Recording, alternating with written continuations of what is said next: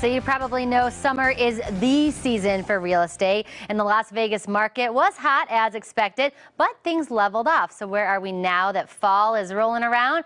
I went to our friends at the Greater Las Vegas Association of Realtors to find out.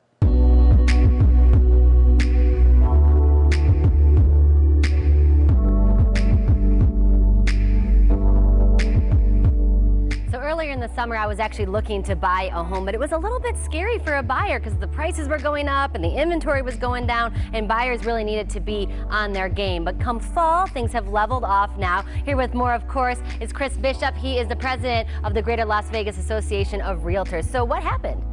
You know, it's been a hot market, not only because of the heat during the summer, but the market itself was extremely low on inventory. And even though we have seen an uptick, which is nice, there are more homes for buyers to look at, the median price has kind of leveled off.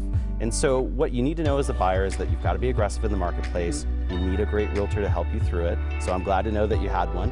And the whole idea is to be cognizant of what's out there. You know, do your research, do your due diligence, make sure that you have all your ducks in a row so that you can get the house you're looking for. Now, having prices go up in the summer is nothing new, but it was surprising to see it level off like that. So what do we think happened there? Well, the good news is sales were kind of stagnant as well, but the homes were selling for more money. So all the sellers were happy that they got more for their home. But we didn't see as many sales in 2018 as we did in 2017. Okay. So there just wasn't the inventory for it. We did see an uptick in new home sales. So a lot of people went for what was brand new versus fixing up the home that they could get. Interesting. And for buyers, having more homes on the market is a good thing, but it's still pretty tight here in Vegas. It is. It still is a tight market. That's why it's important more than ever that you have a knowledgeable realtor that's going to help you through the process. Thanks so much, Chris. And someone else who's really knowledgeable, I've got Jeremy Aguero here, who is the principal analyst for Applied Analysis. Now, what does a small inventory mean for the economy as a whole? Well, what it's meant for a while is that prices are going up, right? And we've seen that over the past couple of years.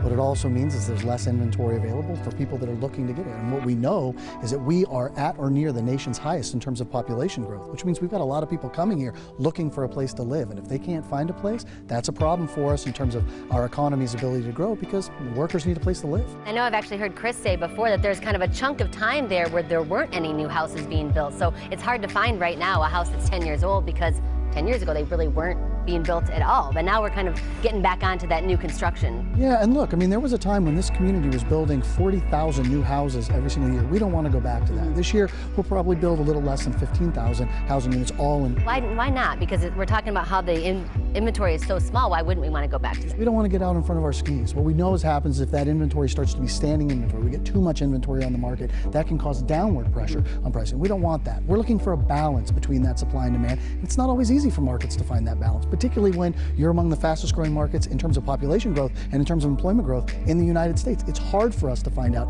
exactly where that is. And that's what I was going to say, the balance too with the job market, because you said it, people from Southern California, from Arizona are moving here more and more. That's exactly right. I mean, we added over 30,000 jobs last year alone. We know that about 4 out of every 10 people that move into our community are coming from California. Many of them are bringing equity with them. Almost all of them are looking for a job when they show up here. And in order to have that, they got to have a place to live. And so we're going to have to make that, we have to work hard to make sure we keep that balance, not only this year, but for looking forward for the next 10 years. Always insightful. Thank you so much. I appreciate it. And of course, we want to thank GLVAR for being one of our Community Pride partners.